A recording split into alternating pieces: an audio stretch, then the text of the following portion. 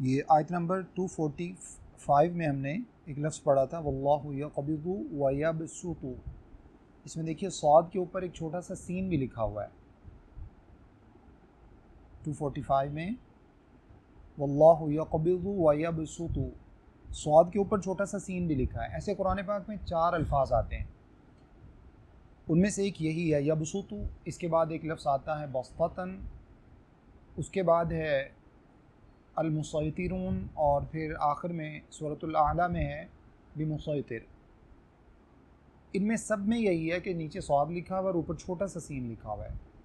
तो इसको पढ़ने का तरीका ये है कि जो इब्तिदा वाले दो हैं, जिनमें से एक पहला यबसुतु है, दूसरा बस्ततन है, इन दोनों में तो सीन पढ़ा जाएगा। इसको पढ़ेंगे हम यक़बिदु व यबसुतु सीन के साथ, व यबसुतु सौद के साथ नहीं पढ़ेंगे। जबकि जो तीसरा वाला वर्ड है अल-मुसैतिरून, ये शायद सूरह तूर में आता है 27 पारा में, उसमें सीन और सौद दोनों पढ़ेंगे, दोनों पढ़ सकते हैं। जबकि जो लास्ट वाला है अलैहिम बिमुसैतिर सूरतुल आला में 30वें पारे में, उसमें सौद ही पढ़ेंगे, सिर्फ सौद। अऊज़ु बिल्लाहि मिनश शैतानिर रजीम, बिस्मिल्लाहिर रहमानिर रहीम, अल्हम्दुलिल्लाहि रब्बिल आलमीन, वस्सलातु वस्सलामु अला सय्यिदिल मुरसलीन व अला आलिहि व सहबिहि अजमाइन, अम्मा बाद। सूरतुल बक़रा आयत नंबर 243, अल्लाह रब्बुल इज़्ज़त इरशाद फरमाते हैं अलम तरा इलल लज़ीना ख़रजू मिन दियारिहिम, क्या आपने देखा नहीं उन लोगों को, ख़रजू जो निकले, मिन दियारिहिम अपने घरों से, वहुम उलूफ़ुन और वो हज़ारों में थे। अल्फ़ हज़ार को कहते हैं अरबी ज़ुबान में, उसकी जमा है उलूफ़, और वो हज़ारों में थे, उनकी तादाद हज़ारों में थी। हज़र अल-मौत, मौत के डर से वो अपने घरों से निकल खड़े हुए। फ़क़ाल लहुमुल्लाहु मूतू, अल्लाह रब्बुल इज़्ज़त ने उनको फरमाया कि तुम सब के सब मर जाओ। वो सब मर गए। सुम्मा अहयाहुम, फिर अल्लाह रब्बुल इज़्ज़त ने उनको ज़िंदा किया। इन्नल्लाह लज़ू फ़ज़लिन अलन नास, यकीनन अल्लाह रब्बुल इज़्ज़त बहुत ही फ़ज़ल वाला है, बहुत ही रहमत करने वाला है अलन नास लोगों पर, वलाकिन्न अक्सरन नास ला यशकुरून, और लेकिन अक्सरियत लोगों की, अक्सर अन्नासी लोग ला यशकुरून, अल्लाह ताला का शुक्र अदा नहीं करते। इस आयत करीमा में अल्लाह रब्बुल इज़्ज़त ने किसी कौम का तज़किरा किया है। वो कौन सी कौम थी, कहाँ से उनका ताल्लुक़ था, इलाका कौन सा था, कौन सा दौर था उन लोगों का, इसके बारे में ना तो कुरान मजीद में कहीं तफसीलात मौजूद हैं और ना ही किसी सही हदीस के अंदर इसका तज़किरा मौजूद है। लिहाजा ये तकल्लुफ़ करने की ज़रूरत भी नहीं है कि वो कौन लोग थे। जितना अल्लाह रब्बुल इज़्ज़त ने बता दिया, जो बात समझने की है, जो अख़ज़ करने की है, वो हमें अख़ज़ करनी चाहिए। जिसकी चीज़ की ज़रूरत नहीं है उसके पीछे पढ़ना जो है वो शरई अहकामात और हिकमतों के ख़िलाफ़ है। बुनियादी जो बात अल्लाह रब्बुल इज़्ज़त ने यहाँ पर ज़िक्र फरमाई वो ये कि अल्लाह रब्बुल इज़्ज़त ने फरमाया कि कुछ लोग, यानी एक बस्ती और एक कौम के लोग थे जो मौत से डरते हुए अपने घरों से निकल खड़े हुए। ऐन मुमकिन है, जैसे अगली आयत के अंदर वजाहत मौजूद है, अगली आयत का भी तर्जुमा पढ़ लीजिए, वक़ातिलू फ़ी सबीलिल्लाह, और अल्लाह के रस्ते में जिहाद करो, वालमू, और जान लो, अन्नल्लाह समीउन अलीम, यकीनन अल्लाह रब्बुल इज़्ज़त सुनने वाले और जानने वाले हैं। ऐन मुमकिन है कि अल्लाह रब्बुल इज़्ज़त ने उनको जिहाद करने का हुक्म दिया हो, जिहाद के लिए निकलने का हुक्म दिया हो, चूँकि जिहाद में 99% चांसेस होते हैं कि इंसान की जान चली जाएगी, शहादत इंसान को जो है वो अल्लाह ताला की तरफ से नसीब होगी। ऐन मुमकिन है जिहाद का हुक्म मिला और जिहाद से उन लोगों ने मुँह मोड़ा हो, वो जिहाद में ना निकलना चाहते हों। मौत के डर से वो अपने घरों से निकल खड़े हुए, जिहाद में नहीं गए, अपने घरों से निकल खड़े हुए, यानी उन्होंने कहा कि हम कहीं और जाके पनाह ले लेते हैं। वालेकुम सलाम रहमतुल्लाहि व बरकातहू। अल्लाह फरमाते हैं हालांकि उनकी तादाद हज़ारों में थी, इससे भी ये लगता है कि शायद उनको जिहादी का हुक्म दिया गया हो, और सूरत हाल उनकी तकरीबन हमारे जैसी समझ लीजिए जैसे आजकल हमारी सूरत हाल है, यानी तादाद हमारी अरबों में है, लेकिन सूरत हाल ये है कि हम हर जगह पर मौत से डरते हुए हम किसी भी काफिर का सामना करने को तैयार नहीं। अल्लाह रब्बुल इज़्ज़त ने जो बात यहाँ पर समझाई वो ये इरशाद फरमाया कि हज़ारों की तादाद में होने के बावजूद वो लोग अपने घरों से निकल खड़े हुए। जब घरों से निकले तो अल्लाह रब्बुल इज़्ज़त ने उनको फरमाया कि तुम सब के सब मर जाओ, यानी अल्लाह ने उनके मरने का फ़ैसला फरमा दिया। मरने का फ़ैसला अल्लाह ने कैसे किया? ऐन मुमकिन है कि जिस जिहाद से जी चुरा कर वो भागे थे उसी के ज़रिए अल्लाह रब्बुल इज़्ज़त ने कुफ़ार के ज़रिए उन सबको मरवा दिया हो, या अल्लाह रब्बुल इज़्ज़त ने कोई वबा भेज दी हो वहाँ पर, और ये भी मुमकिन है कि उस इलाके में कोई वबा फैली हो जिस वबा से डरते हुए वो लोग वहाँ से भाग खड़े हुए।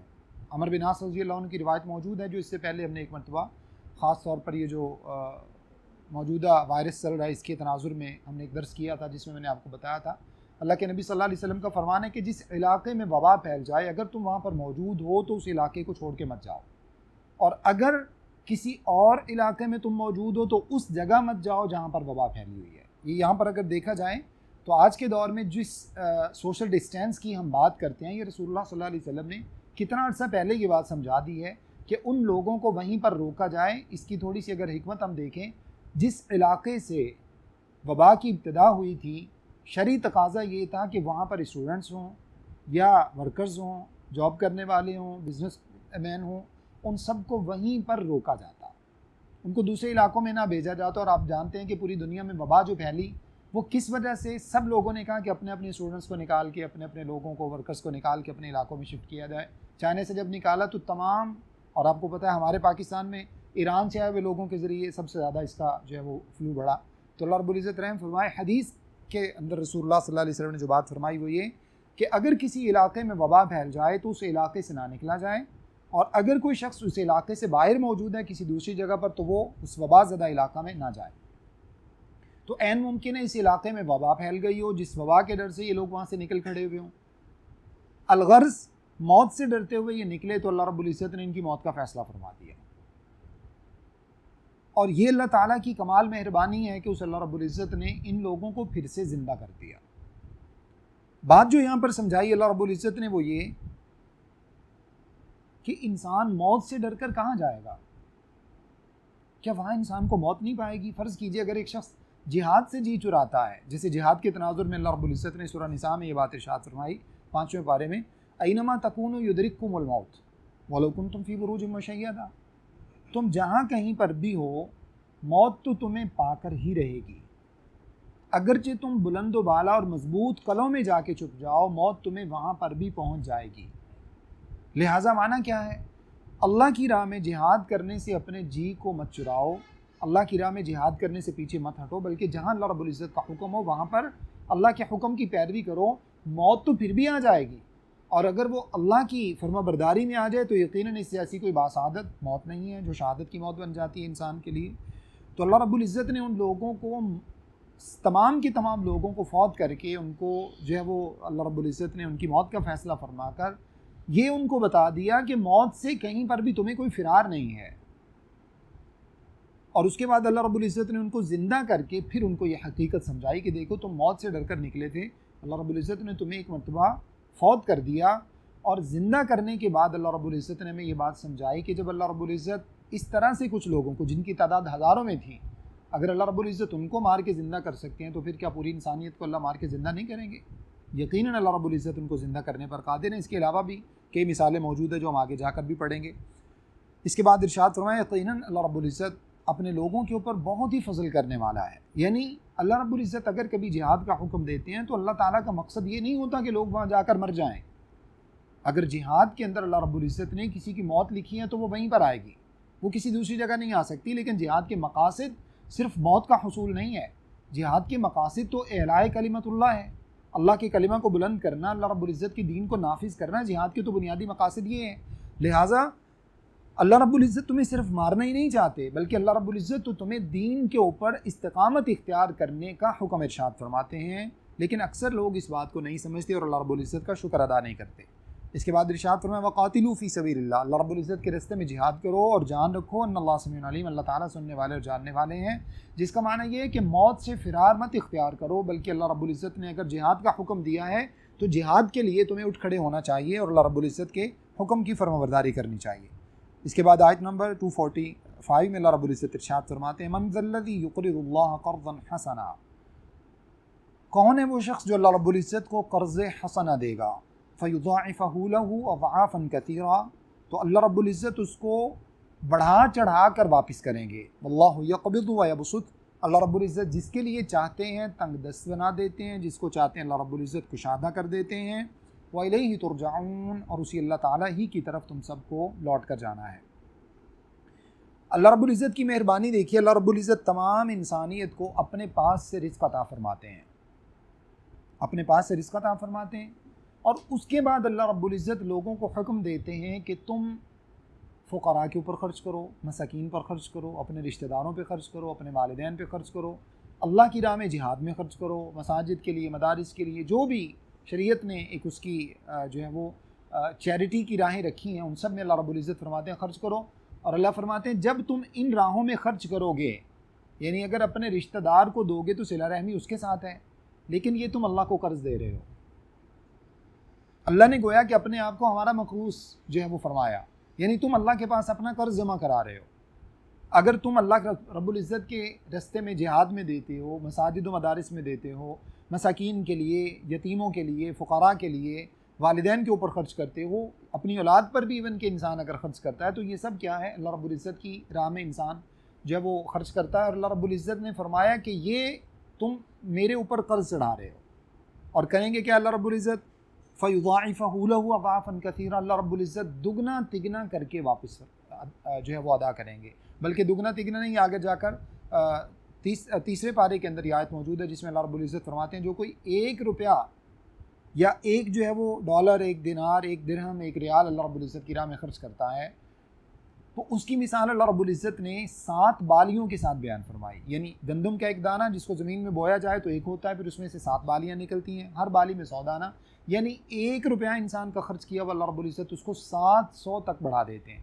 और फरमाया कि जिसके लिए अल्लाह चाहते हैं इससे भी ज़्यादा बढ़ा चढ़ा देते हैं। तो अल्लाह ताला की मेहरबानी है, वो सिर्फ इसलिए चाहते हैं, अल्लाह रब्बुल इज़्ज़त हमें बार बार ख़र्च करने का हुक्म इसलिए देते हैं ताकि हमारे दिलों में सिर्फ माल की मोहब्बत पैदा ना हो जाए, बल्कि असल जो मकसद है उसके ऊपर नज़र रहे, और वो है अल्लाह रब्बुल इज़्ज़त की मोहब्बत, यानी आखिरत को जो है वो ज़िंदगी के ऊपर तरजीह देना। क्योंकि माल की मोहब्बत इंसान को दुनियावी लज्जात, दुनियावी ख्वाहिशात की तरफ माइल करती है, जबकि आखिरत की मोहब्बत जो है वो इंसान को दुनिया की मोहब्बत से उसकी जान छुड़ाती है और अल्लाह रब्बुल इज़्ज़त के साथ मोहब्बत करने में इंसान को करीब करती है। तो अल्लाह रब्बुल इज़्ज़त ने इस वजह से ये बात इरशाद फरमाई कि कौन है जो अल्लाह रब्बुल इज़्ज़त को कर्ज़ दे, और अल्लाह रब्बुल इज़्ज़त क्या करें, उसको दुगना तिगना करके वापस करें। और आप जानते हैं सही हदीस में रसूलुल्लाह सल्लल्लाहु अलैहि वसल्लम इरशाद फरमाते हैं मा नक़सत सदक़तुन मिन मालिन, ये सारी सदका की राहें हैं जो मैंने अभी आपके सामने जिक्र की। फरमाया कि सदका कभी भी माल में कमी नहीं करता। जब भी इंसान अल्लाह की राह में खर्च करता है तो अल्लाह रब्बुल इज़्ज़त उसको दोहरा तेहरा करके अल्लाह रब्बुल इज़्ज़त उसको वापस दे देते हैं। अल्लाह ताला उसके रिस्क में बरकत अता फरमा देते हैं। मतलब आम तौर पर जब इंसान अपने ऊपर खर्च करता है, अपनी औलाद पर खर्च करता है, तो वक्ती तौर पे इंसान को उसमें कमी महसूस हो जाती है, उसमें कमी हो जाती है, तो यकीनन होती भी है। लेकिन इसके बरअक्स अगर इंसान अल्लाह रब्बुल इज़्ज़त की राह में खर्च करता है तो फरमाया कि उसमें ज़ाहिरी भी कमी नहीं होती। जब इंसान खर्च करता है अल्लाह रब्बुल इज़्ज़त उसके लिए दूसरे रास्ते खोल देते हैं, कहीं और से अल्लाह रब्बुल इज़्ज़त उसका नेमल बदल उसको अता फरमा देते हैं। तो इसलिए इरशाद फरमाया माना कसद सदक़तुन मिन मालिन, सदका कभी भी माल के अंदर कमी नहीं करता। इसके बाद अल्लाह रब्बुल इज़्ज़त इरशाद फरमाते हैं वल्लाहु यक़बिदु व यबसुत, अल्लाह रब्बुल इज़्ज़त की मर्ज़ी है, अगर तुम में से किसी को अल्लाह ने तंगदस्त रखा है, उसके माल में अल्लाह रब्बुल इज़्ज़त ने कुशादगी नहीं रखी, तो ये भी अल्लाह की मर्ज़ी है। अगर तुम में से किसी को अल्लाह रब्बुल इज़्ज़त ने माल में कुशादगी अता फरमाई है तो ये भी अल्लाह ताला की मर्ज़ी है। मतलब ऐसा नहीं है कि अगर तुम में से किसी को अल्लाह रब्बुल इज़्ज़त ने बहुत ज़्यादा रिस्क में फरावानी अता फरमाई है तो ये तुम्हारी अकल का कमाल नहीं है। बहुत से अक्लमंद आपने दुनिया में भूखे मरते देखे होंगे, ये तुम्हारे इल्म का कमाल नहीं है। बहुत से इल्म वाले और हम जानते हैं कि जिनसे हम पढ़ कर आते हैं वो अमूमी तौर पर एक बिजनेसमैन आदमी जो है वो लाखों करोड़ों का मालिक हो जाता है, और जिनसे वो तालीम हासिल करके आता है वो बेचारे चंद हज़ार की नौकरी हमेशा करते रहते हैं। अल्लाह ताला की तरफ से अगर इल्म के ऊपर बुनियाद होती तो जितने भी उलमा हैं, जितने भी प्रोफेसर्स हैं, जितने भी पढ़े लिखे लोग हैं, स्कॉलर्स हैं, वो सब सारी दुनिया से अमीर होते। इसके अंदर कोई मेयार नहीं है। अल्लाह रब्बुल इज़्ज़त फरमाते हैं ये अल्लाह ताला की अता है, अल्लाह जिसको चाहते हैं दे देते हैं, और फिर जिसके पास रिज़्क़ की कुशादगी है, फरावानी है, वो ये हमेशा से मत समझे कि अल्लाह ताला की नेमत ही है, अल्लाह की तरफ से आजमाइश भी हो सकती है। इस वजह से अल्लाह रब्बुल इज़्ज़त ने फरमाया कि अगर किसी को अल्लाह रब्बुल इज़्ज़त ने माल में कमी की है तो ये भी अल्लाह की मर्ज़ी है, किसी को अल्लाह रब्बुल इज़्ज़त ने कुशादगी दी है तो ये भी अल्लाह रब्बुल इज़्ज़त की तरफ, अल्लाह ताला की तरफ से उसकी मर्ज़ी है। और तुम सबको अल्लाह रब्बुल इज़्ज़त की तरफ आकर लौट कर जाना, और उसके बाद तुम्हारे पास कुछ भी नहीं बचेगा। सारी दुनिया के अंदर जो कुछ भी है इस सब का वारिस कौन होगा? अकेला अल्लाह रब्बुल इज़्ज़त की ज़ात। इसके बाद इरशाद फरमाया आयत नंबर 246 में, अलम तरा इलल मलाइ मिन बनी इसराईल मिन बअदि मूसा, क्या आपने देखा नहीं उन सरदारों की तरफ बनी इसराइल के जो थे, मिन बअदि मूसा, मूसा अलैहिस्सलाम के बाद की बात है, यानी आपके जो है वो दुनिया से जाने के बाद की बात है। आपने उन सरदारों की तरफ नहीं देखा जो बनी इसराइल में थे, इज़ क़ालू लिनबिय्यिन लहुम मुबअथ लना मलिकन नुक़ातिल फ़ी सबीलिल्लाह, जब उन्होंने अपने नबी से कहा हमारे लिए एक जो है वो बादशाह मुकर्रर कर दीजिए, इबाअथ लना, इबाअथ मुकर्रर कर दीजिए, लना हमारे लिए, मालिकन एक बादशाह, नुक़ातिल फ़ी सबीलिल्लाह हम अल्लाह की राह में जिहाद करेंगे, यानी उसकी सरकर्दगी में, वो हमारा सिपा सलार होगा और हम उसकी सरकर्दगी में, उसकी क़यादत में अल्लाह की राह में जिहाद करेंगे। क़ाला हल असैतुम इन कुतिबा अलैकुमुल क़ितालु अल्ला तुक़ातिलू, तो उस नबी अलैहिस्सलातु वस्सलाम ने जिसका नाम शरीयत में ज़िक्र नहीं किया गया, कौन नबी थे अल्लाह रब्बुल इज़्ज़त जानते हैं, बहरहाल नबी थे। अल्लाह ताला ने जब फरमाया, उन्होंने कहा हो सकता है कि अनकरीब जब तुम्हारे ऊपर जिहाद का हुक्म आ जाए तो अल्लाह तुक़ातिलू, तुम अपने अंदर लड़ने की हिम्मत ना पाओ, यानी तुम फिर उससे जी चुराने लगो, जान छुड़ाने लगो। क़ालू वमा लना अल्ला नुक़ातिल फ़ी सबीलिल्लाह, तो वो कहने लगे क्या वजह है हमारे लिए अल्ला नुक़ातिल फ़ी सबीलिल्लाह कि हम अल्लाह की राह में जिहाद ना करें, वक़द उख़रिजना मिन दियारिना व अबनाइना, जबकि हमें अपने घरों से अपने बेटों समेत निकाल दिया गया है, हमें अपने बेटों से जुदा कर दिया गया है, अपने घरों से निकाल दिया गया है, मुमकिन है उनके बेटों को ग़ुलाम बना लिया गया और उनको निकाल दिया गया हो। फ़लम्मा कुतिबा अलैहिमुल क़िताल, जब उनके ऊपर जिहाद फ़र्ज़ कर दिया गया, तवल्लऊ, तो उन्होंने क्या किया, एराज़ कर गए। इल्ला क़लीलन मिनहुम, मगर बहुत थोड़े से उनमें से बचे जो जिहाद करने के लिए तैयार हुए। वल्लाहु अलीमुम बिज़्ज़ालिमीन, और अल्लाह रब्बुल इज़्ज़त जानने वाले हैं ज़ालिमों को, जुल्म करने वालों को। इस आयत करीमा में अल्लाह रब्बुल इज़्ज़त ने आगे भी, अगली आयत का भी ताल्लुक़ इसी से है, रुकू तक जो है अल्लाह रब्बुल इज़्ज़त ने, बल्कि इससे भी आगे अगले रुकू के अंदर भी अल्लाह रब्बुल इज़्ज़त ने तकरीबन इस पारे के आखिर तक अल्लाह रब्बुल इज़्ज़त ने इसी मौजू को जो है वो कंटिन्यूसली बयान फरमाया है। अल्लाह रब्बुल इज़्ज़त ने किसी नबी का तज़किरा यहाँ पर किया जो मूसा अलैहिस्सलाम की कौम में से थे, यानी कि यूँ समझ लीजिए बनी इसराइल में से थे। जैसे अल्लाह रब्बुल इज़्ज़त ने कुरान मजीद में भी बयान फरमाया, अल्लाह रब्बुल इज़्ज़त ने उस नबी का नाम बयान नहीं फरमाया। जैसे मैंने पहले आपको अर्ज़ किया, जो बातें अल्लाह रब्बुल इज़्ज़त ने बयान नहीं फरमाई उनमें तकल्लुफ़ करने की ज़रूरत नहीं है कि वो कौन नबी थे, इस बात के पीछे पड़ने की ज़रूरत नहीं है, और ना क़यामत वाले दिन ये हमसे सवाल किया जाएगा कि वो नबी कौन थे। जो अल्लाह रब्बुल इज़्ज़त और उसके रसूल सल्लल्लाहु अलैहि वसल्लम ने बता दिया वही इनफ है। तो अल्लाह रब्बुल इज़्ज़त ने इरशाद फरमाया कि वो एक ऐसी कौम थी जिनको उनके घरों से दरबदर कर दिया गया, उनके घरों से निकाल दिया गया, उनके बेटों समेत निकाल दिया गया, या फिर उनके बेटों को ग़ुलाम बना लिया गया और इनको वहाँ से चलता किया।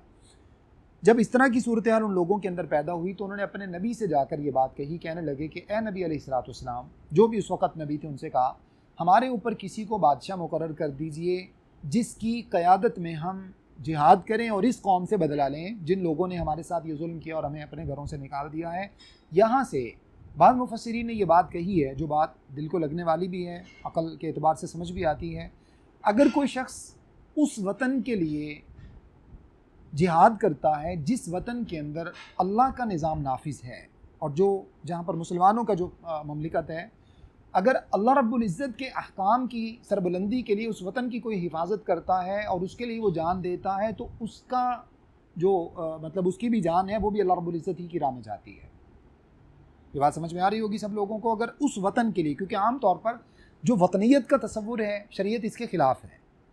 ये जो हदूद इस वक्त हमने जोग्राफियाई एतबार से हदूद हमने मुकर्रर और मुतय्यन कर ली हैं, शरीयत इन बातों के ख़िलाफ़ है। लेकिन अगर जो है वो किसी ऐसी जगह पर अगर कोई ऐसा वतन है जैसा कि रसूलुल्लाह सल्लल्लाहु अलैहि वसल्लम ने मदीना के इर्द गिर्द खंदक खोद दी थी।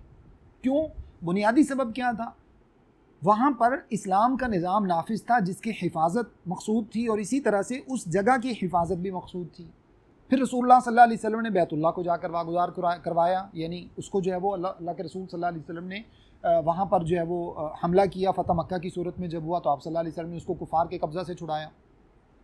तो इसका माना ये है कि अगर किसी ऐसे मुल्क की हिफाजत मुसलमान फ़ौजी करते हैं कि वहाँ पर अल्लाह रब्बुल इज़्ज़त का निज़ाम नाफिज है, या वहाँ पर जो मुसलमान बसते हैं और उनकी हिफाजत के लिए, ताकि अल्लाह रब्बुल इज़्ज़त का कलिमा महफूज रहे, अल्लाह का दीन महफूज रहे, वहाँ पर वो हिफाजत करते हैं और अपनी जानें देते हैं, तो इनका जिहाद भी जिहाद फ़ी सबीलिल्लाह ही कहलाएगा। इसी चीज़ के पेश नज़र उन्होंने कहा कि फ़लस्तीन में जाकर जिहाद करना और इसी तरह से कश्मीर में जिहाद करना, ताकि वहाँ पर मुसलमानों की अमलाक को महफूज किया जा सके, अल्लाह के दीन की जहाँ पर जो है वो पासदारी होती है उन लोगों को उसके लिए जो है वो महफूज किया जा सके, ये भी जिहाद फ़ी सबीलिल्लाह ही है। तो खैर अल्लाह रब्बुल इज़्ज़त ने इरशाद फरमाया कि उन लोगों ने क्या कहा अपने नबी से, क्योंकि हमें हमारे घरों से निकाल दिया गया है। तो बज़ाहिर जो इनका मकसद था वो तो यही था ना कि ताकि हम अपना वतन वापस लें, जो अपना इलाका हमसे छीन लिया लोगों ने वो हम उनसे वापस लें। तो उसके लिए उन्होंने कहा कि हमारे ऊपर कोई क़यादत मुकर्रर कर दें, कोई बादशाह बना दे, ताकि हम उसकी क़यादत में जिहाद करें और अपना वतन वापस ले सकें। उस नबी अलैहिस्सलाम ने ख़दशे का इजहार फरमाया कि अभी तो तुम ये बात कह रहे हो कि मैं तुम्हारे ऊपर किसी बादशाह को मुकर्रर कर दूं और उसके बाद जो है वो तुम उसकी क़यादत में जिहाद करो और क़िताल करो, लेकिन ऐन मुमकिन है कि अल्लाह की तरफ से जब तुम्हें जिहाद का हुक्म दे दिया जाए तो तुम उससे जान छुड़ाने लगो, तुम उससे जी चुराने लगो, तुम उससे पीछे भागने लगो। और नबी अलैहिस्सलाम जो भी नबी थे अल्लाह रब्बुल इज़्ज़त के, उनका वो ख़दशा बेआइनी ही सच साबित हुआ जब अल्लाह की तरफ से इनके ऊपर जिहाद फ़र्ज़ करार दे दिया गया। जब इन्होंने एक बादशाह मुकर्रर कर दिया, उसके आगे तफसीलात मौजूद हैं, तालूत नाम का बादशाह इन्होंने मुकर्रर कर दिया, तो उसके बाद क्या हुआ, वही सूरत हाल हुई। बहुत से लोग उनमें से जिहाद से पीछे मुड़ गए, उन्होंने मुंह मोड़ लिया, वहाँ से जान छुड़ाने की कोशिश की। अल्लाह रब्बुल इज़्ज़त फरमाते हैं, अल्लाह रब्बुल इज़्ज़त ऐसे ज़ालिमों को जानते हैं जो अल्लाह की राह में जिहाद नहीं करते, अल्लाह रब्बुल इज़्ज़त की राह में जो है वो लड़ने को तैयार नहीं होते। वक़ाल लहुम नबिय्युहुम, आयत नंबर 247, अल्लाह रब्बुल इज़्ज़त फरमाते हैं वक़ाल लहुम नबिय्युहुम, और उनके लिए उनके नबी अलैहिस्सलाम ने कहा, इन्नल्लाह क़द बअस लकुम तालूत मलिका, यकीनन अल्लाह रब्बुल इज़्ज़त ने तुम्हारे ऊपर तालूत को बादशाह मुकर्रर कर दिया है। क़ालू अन्ना यकूनु लहुल मुल्कु अलैना, कहने लगे कैसे हो सकती है बादशाहत उस तालूत के लिए, हमारे ऊपर वो बादशाह कैसे बन सकता है। व नहनु अहक्कु बिल मुल्क, जबकि हम बादशाहत का हक़ ज़्यादा रखते हैं, हम तो ख़ानदानी वज़ीर मशीर चलते आ रहे हैं, हम तो ख़ानदानी बादशाह थे, बादशाह तो हमारा हक़ है, तालूत कैसे बादशाह बन सकता है। वलम यूत सअतम मिनल माल, ना तो उसके पास कोई सरमाया है, ना तो उसके पास कोई जो है वो लंबी चौड़ी जायदाद प्रॉपर्टी, कोई उसका जो है ना वो इस तरह का बैकग्राउंड भी नहीं कि वो फैमिली उसकी बादशाहों में गुजरी हो। उस नबी अलैहिस्सलाम ने फरमाया, क़ाल इन्नल्लाह अस्तफ़ाहु अलैकुम, फरमाया कि जो मेयार तुमने मुकर्रर कर रखा है ना, अल्लाह के यहाँ ये मेयार नहीं है कि अगर कोई अपनी लड़ी में बादशाह बनता हुआ आ रहा है अपनी नस्ल में तो वही बादशाह बन सकता है। अल्लाह के नज़दीक मेयार कुछ और है। अल्लाह रब्बुल इज़्ज़त ने उनको चुन लिया है, किस बुनियाद पर, वज़ादहु बस्ततन फ़िल इल्म वल जिस्म, अल्लाह ने उनको एक तो इल्म की ताकत अता फरमाई है, नंबर 2 वल जिस्म, अल्लाह रब्बुल इज़्ज़त ने उनको जिस्म की मजबूती और क़ुव्वत फ़ैसला अता फरमाई है। जो चीज़ें एक हाकिम वक्त के लिए ज़रूरी होती हैं वो दोनों चीज़ों से अल्लाह रब्बुल इज़्ज़त ने उनको नवाजा है। लिहाजा इस बुनियाद पर अल्लाह रब्बुल इज़्ज़त ने तालूत का इंतखाब किया, अगरचे तालूत गरीब ही क्यों नहीं। वल्लाहु युती मुल्कहु मन यशा, और अल्लाह रब्बुल इज़्ज़त जिसको चाहता है बादशाहत देता है। वल्लाहु वासिउन अलीम, और अल्लाह रब्बुल इज़्ज़त बहुत वुसअत वाले हैं और अल्लाह रब्बुल इज़्ज़त बहुत जानने वाले हैं। यहाँ से देखिए अल्लाह रब्बुल इज़्ज़त ने जो एक दो बातें यहाँ पर जिक्र फरमाई। सबसे पहली बात ये कि उन्होंने कहा कि हमारे ऊपर बादशाह मुकर्रर कीजिए, तो उन्होंने नबी अलैहिस्सलाम ने, आप जानते हैं कि नबी कभी भी गैर शरई मामला नहीं कर सकता, अल्लाह के हुक्म के बगैर नबी अलैहिस्सलाम कोई भी फ़ैसला नहीं करते, चाहे अल्लाह का कोई भी नबी हो। तो इस नबी अलैहिस्सलाम ने क्या किया, उन्होंने कहा कि अल्लाह रब्बुल इज़्ज़त ने तुम्हारे ऊपर तालूत को बादशाह मुकर्रर कर दिया है, जिसका माना क्या निकला, बादशाहत बिनफ्सी ही कोई बुरी चीज़ नहीं है। अगर अल्लाह रब्बुल इज़्ज़त के अहकाम की फरमाबरदारी और उसके नफाज के लिए बादशाहत के ज़रिए से कोशिश की जाए तो ये कोई बुरी चीज़ नहीं है। जैसा कि सऊदीया के अंदर बादशाहत का निज़ाम पहले से मौजूद है और अब भी मौजूद है, अल्लाह रब्बुल इज़्ज़त उनको हिदायत नसीब फरमाए, जो उनके अंदर कोई कमी कोताही अल्लाह ताला उनकी दूर फरमाए। लेकिन ओवरऑल अगर देखा जाए तो कम अज़ कम इस्लाम के एक ज़ाहिरी नफाज वहाँ पर फिर भी मौजूद है। लिहाजा सिर्फ बादशाहत को इस वजह से बुरी कह देना कि वो जो है वो बादशाहत है, और उसके बजाय जो है वो एक जमहूरियत जो कि बिल्कुल ही गैर इस्लामी एक निज़ाम हुकूमत है, उसको जो है वो इस्लामी साबित करने की कोशिश करना, ये किसी भी तौर पर दुरुस्त नहीं है और किसी भी तौर पर ये शरई हिकमत के जो है वो मुनासिब नहीं है। अल्लाह के निज़ाम की फर्माबरदारी करने की कोशिश की जाती है तो वो बादशाहत बुरी नहीं है। जैसे अल्लाह रब्बुल इज़्ज़त ने दाऊद अलैहिस्सलाम के बारे में फरमाया कि वह आताहुल्लाहुल मुल्क, अल्लाह रब्बुल इज़्ज़त ने दाऊद अलैहिस्सलाम को बादशाह बनाया, अल्लाह रब्बुल इज़्ज़त ने आपको बादशाहत अता फरमाई, तो इसी तरह से अल्लाह रब्बुल इज़्ज़त ने तालूत को भी बादशाह बनाया। दूसरी चीज़ जो यहाँ पर बयान फरमाई अल्लाह रब्बुल इज़्ज़त ने, वो मेयार है किसी को अपना मसूल चुनने का, अपना ज़िम्मेदार चुनने का, अपना बादशाह चुनने का। अल्लाह ने फरमाया कि मेयार ये नहीं है कि किसी को उसका फैमिली बैकग्राउंड देखकर चुना जाए, फैमिली बैकग्राउंड देखकर चुना जाए, और इसी तरह से मेयार ये बात नहीं है कि उसको जो है वो किसी माल और दौलत की वजह से, जायदाद की वजह से, प्रॉपर्टी की वजह से, बहुत बड़े बैंक बैलेंस की वजह से, इस वजह से, या उसकी जो है वो अमारत की वजह से उसको चुना जाए और उसकी वेल्थ की वजह से उसको अपना अमीर या हाकिम मुकर्रर किया जाए। बल्कि अमारत के लिए जो चीज़ें ज़रूरी हैं वो क्या हैं? एक तो उसके पास इल्म होना चाहिए। इल्म का माना ये, जैसे यूसुफ अलैहिस्सलाम ने अजीज़ मिस्र को ये बात इरशाद फरमाई, फरमाया कि मुझे बादशाह मुकर्रर कर दो, मुझे ख़ास तौर पर वज़ीर ख़जाना बना दो, इजअलनी अला ख़ज़ाइनिल अर्ज़ इन्नी हफ़ीज़ुन अलीम, मैं इस निज़ाम को बहुत बेहतर तरीके से समझता और जानता हूँ। वैसे मसूलियत का सवाल करना जो है वो अल्लाह के नबी सल्लल्लाहु अलैहि वसल्लम ने इसको मना फरमाया, लेकिन अगर किसी के अंदर सही माना में उस फ़र्ज़ को निभाने की सलाहियत मौजूद है तो उसको चाहिए कि वो अपने आप को पेश करे, जबकि उस वक़्त कोई दूसरा साहिब सलाहियत आदमी मौजूद ना हो। इस वजह से यूसुफ अलैहिस्सलाम ने अपने आप को पेश किया, और इन्हीं चीज़ों की वजह से, इसी सलाहियत की वजह से, जो इल्म था, यानी निज़ाम हुकूमत को चलाने के लिए, क़यादत संभालने के लिए, उस जो है वो फ़ौज को संभालने के लिए जिस इल्म की ज़रूरत थी वो तालूत के पास मौजूद था, जिस मजबूती की ज़रूरत थी, जिस क़ुव्वत फ़ैसला की ज़रूरत थी वो भी तालूत के पास मौजूद था। तो इन दो बुनियादी बातों की वजह से अल्लाह रब्बुल इज़्ज़त ने फरमाया कि इस वजह से अल्लाह रब्बुल इज़्ज़त ने उनका इंतखाब किया है, और अल्लाह रब्बुल इज़्ज़त जिसको चाहते हैं अल्लाह रब्बुल इज़्ज़त ये चीज़ अता फरमाते हैं। अगली आयत इरशाद फरमाया अल्लाह रब्बुल इज़्ज़त ने 248, वक़ाल लहुम नबिय्युहुम इन्ना आयत मुल्की अन यातियकुमुत ताबूत, और उसकी निशानी ये होगी, उनके नबी अलैहिस्सलातु वस्सलाम ने उनको ये बात इरशाद फरमाई, इन्ना आयत मुल्की ही, क्योंकि तालूत की बादशाहत पर उन लोगों ने एतराज़ किया, उस एतराज़ का जवाब देने के लिए बात इरशाद फरमाई, उनकी निशानी ये होगी यातियकुमुत ताबूत, कि तुम्हारे पास एक ताबूत आएगा, फ़ीही सकीनतुम मिन रब्बिकुम, जिसमें तुम्हारे रब की तरफ से सामान होगा सकीनत का सामान उसमें मौजूद होगा, व बक़िय्यतुम मिम्मा तरका आलु मूसा व आलु हारून तहमिलुहुल मलाइका, और उसमें वो बाक़ियात हैं जो मूसा अलैहिस्सलाम की बची हुई हैं या फिर हारून अलैहिस्सलाम के तबर्रुकात हैं, वो उसके अंदर मौजूद हैं। तहमिलुहुल मलाइका, उसको फ़रिश्ते उठाए हुए होंगे। इन्न फ़ी ज़ालिका लआयतन लकुम इन कुंतुम मुमिनीन, यकीनन इसमें तुम्हारे लिए निशानियाँ हैं अगर तुम ईमान रखने वाले हो। इन एतराज़ात के जवाब में अल्लाह रब्बुल इज़्ज़त ने उस नबी अलैहिस्सलाम के ज़रिए ये बात उन तक पहुँचाई कि तुम चूँकि इस बात पर एतराज़ कर रहे हो कि तालूत को बादशाह कैसे मुकर्रर किया जा सकता है, तो फरमाया कि ये मेरी मर्ज़ी का फ़ैसला नहीं है, ये फ़ैसला मैंने अपनी मर्ज़ी से नहीं किया बल्कि अल्लाह की मर्ज़ी से किया है। और अल्लाह की मर्ज़ी से फ़ैसला करने की वजह से अल्लाह रब्बुल इज़्ज़त ने फरमाया है कि उसकी निशानी के तौर पर भी तुम्हारे पास एक ताबूत आएगा। ये ताबूत कौन सा था? ये ताबूत वो था जिसमें मूसा अलैहिस्सलाम और हारून अलैहिस्सलाम के कुछ तबर्रुकात थे। तबर्रुकात का मतलब ये होता है, नबी अलैहिस्सलाम जो भी होते हैं अल्लाह ताला के नबी, उनके कपड़े भी तबर्रुकात होते हैं, उनका अगर आसा है वो भी तबर्रुक होता है, उनकी जो भी चीज़ होती है इस्तेमाल में वो सब तबर्रुकात होते हैं। वो उस ताबूत के अंदर मौजूद थे और बनी इसराइल उसको अपने पास संभाल के रखते थे, और उसके ज़रिए से उन लोगों को अल्लाह ताला की तरफ से सकीनत और इत्मीनान हासिल होता था। ये किसी जो है दूसरी कौम ने इनके ऊपर जब हमला किया, जब इनके घरों को उन्होंने छीना, तो उन्होंने वो ताबूत भी अपने कब्ज़े में ले लिया, वो संदूक जो था वो भी अपने कब्ज़े में ले लिया। जब वो कब्ज़े में लिया तो अल्लाह रब्बुल इज़्ज़त ने निशानी के तौर पर ये बात इरशाद फरमाई कि तालूत को बादशाह मुकर्रर करने की निशानी ये है ताकि तुम्हारा दिल मुतमईन हो जाए, तुम्हारे ऊपर अल्लाह की तरफ से सकीनत भी नाजिल हो।